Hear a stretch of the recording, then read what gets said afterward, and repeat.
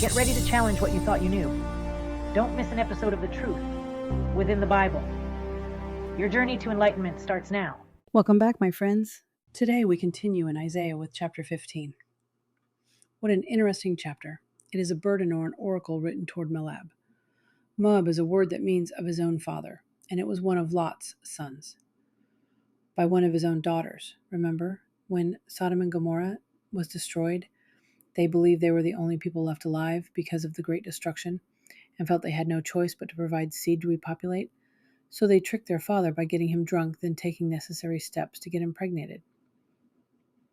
Let's jump back into Isaiah now, chapter 15, verse 1. The burden of Moab.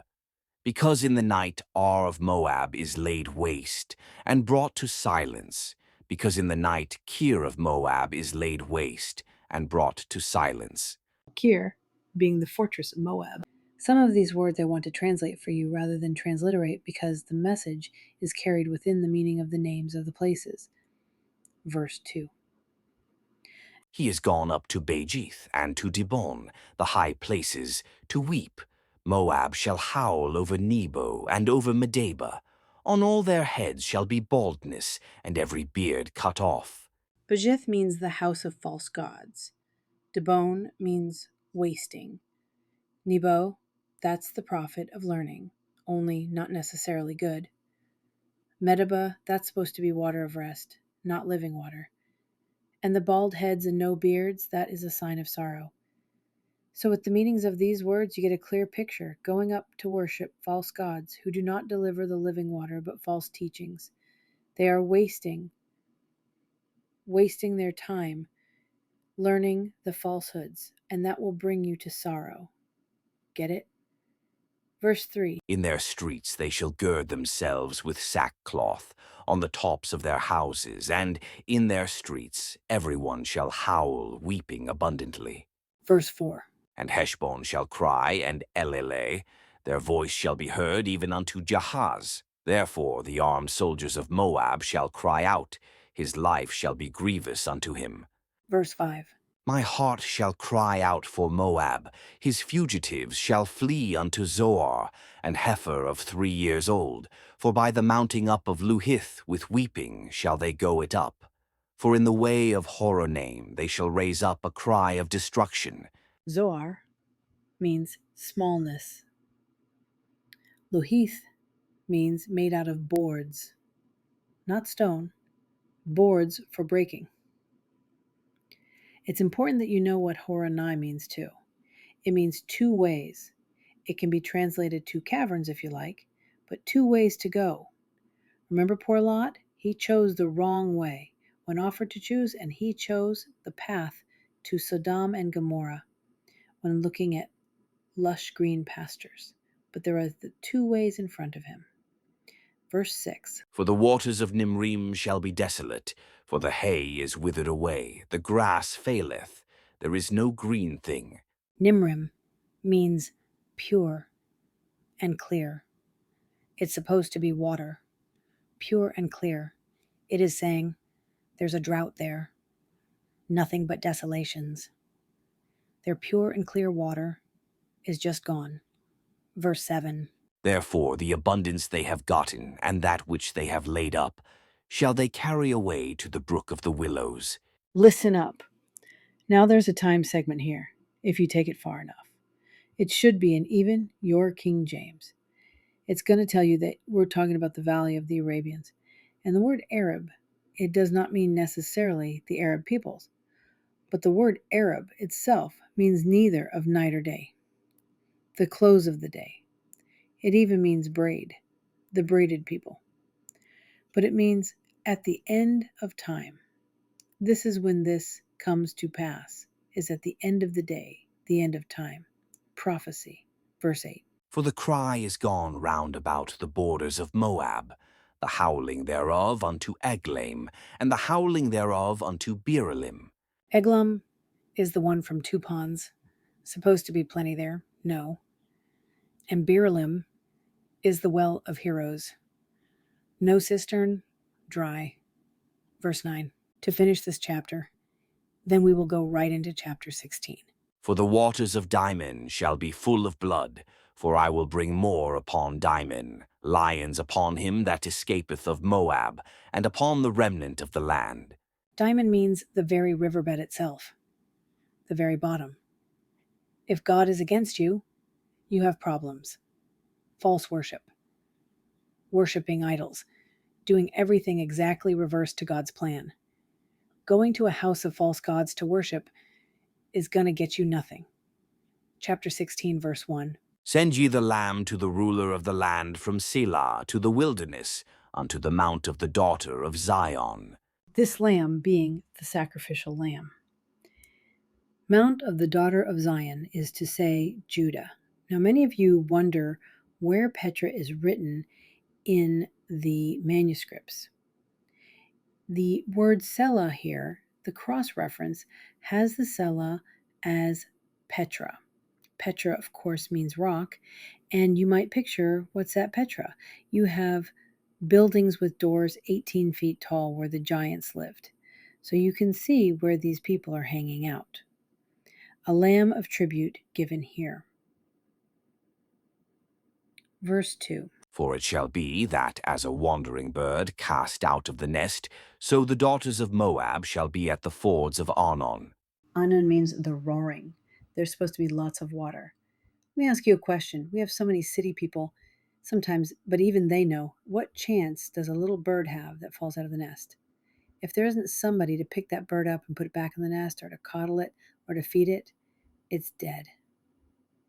One of the most helpless things in the world is a baby bird out of the nest. That's how much hope they're going to have there. I would say that would be a time to be turning back to our Father.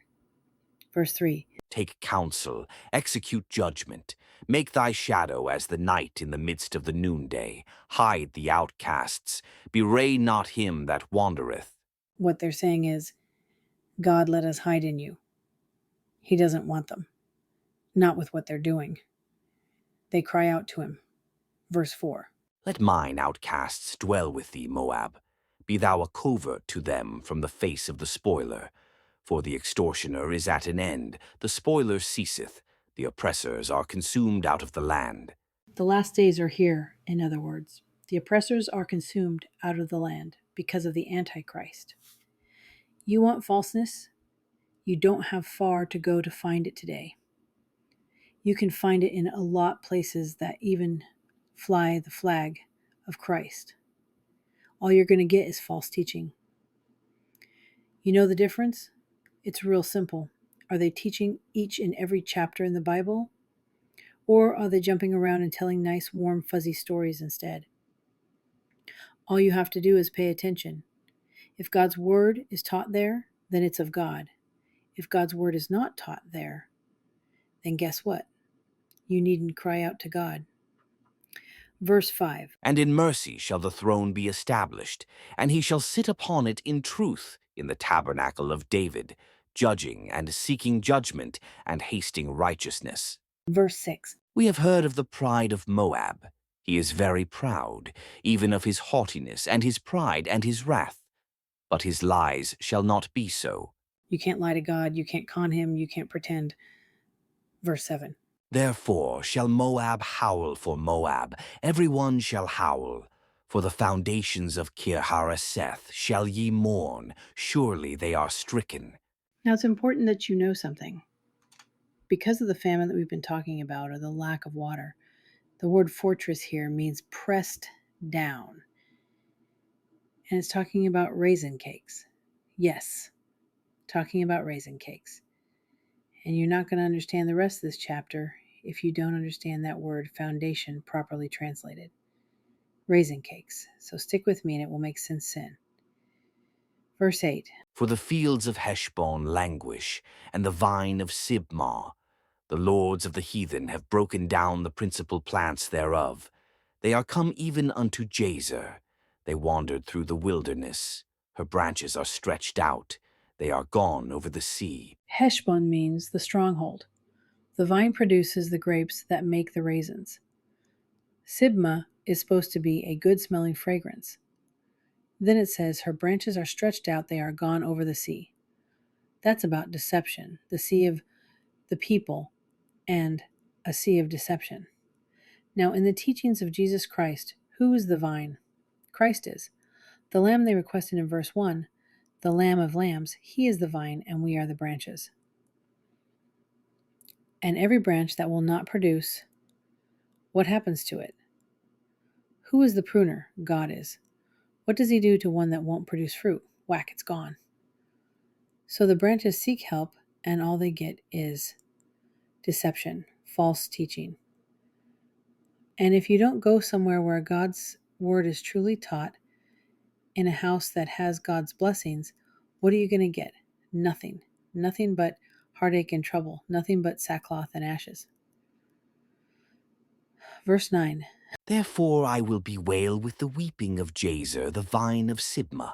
I will water thee with my tears, O Heshbon, and Elealeh. For the shouting for thy summer fruits, and for thy harvest is fallen. Verse 10. And gladness is taken away, and joy out of the plentiful field, and in the vineyards there shall be no singing, neither shall there be shouting. The treaders shall tread out no wine in their presses. I have made their vintage shouting to cease. There's no fruit to harvest. You know, when you put in garbage, you take out garbage. And so it is with God's blessings. If you take in false teachings, what do you think you're going to be blessed with? False things. Nothing.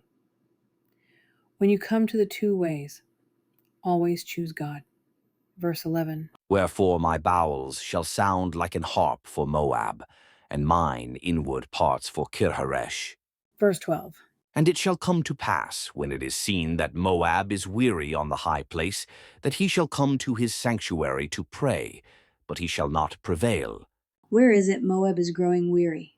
What high place? It is from verse 2 of the prior chapter. He has gone up to Bajith, the house of false gods. That's his high place. That's where he worships. What good is it going to do him? None. Idol worship won't cut it. Idol worship won't bring you a thing. It's your choice. Everybody saddles his own horse and everybody rides his own direction. Verse 13. This is the word that the Lord hath spoken concerning Moab since that time. Verse 14, to finish the chapter. But now the Lord hath spoken, saying, Within 3 years, as the years of an hireling, and the glory of Moab shall be contemned, with all that great multitude, and the remnant shall be very small and feeble. In other words, it does not pay to go against God. I guarantee if you do, you'll be a loser. God is always just. Meaning, you're going to get your just reward for what you choose. If you choose the right way, your just reward is blessings. Plenty, knowledge, wisdom, but most of all, peace of mind, rest in Him. You choose the wrong way, well, you just heard described what it can be like. That was a miserable lot, and it didn't have to be. They were God's children. God, through Abraham, gave Lot a choice. Lot chose the wrong way. See that you don't. All right, don't miss the next video. We will end it here and start the next video with chapter 17 in this great book of Isaiah. Until then, stay strong, my friends.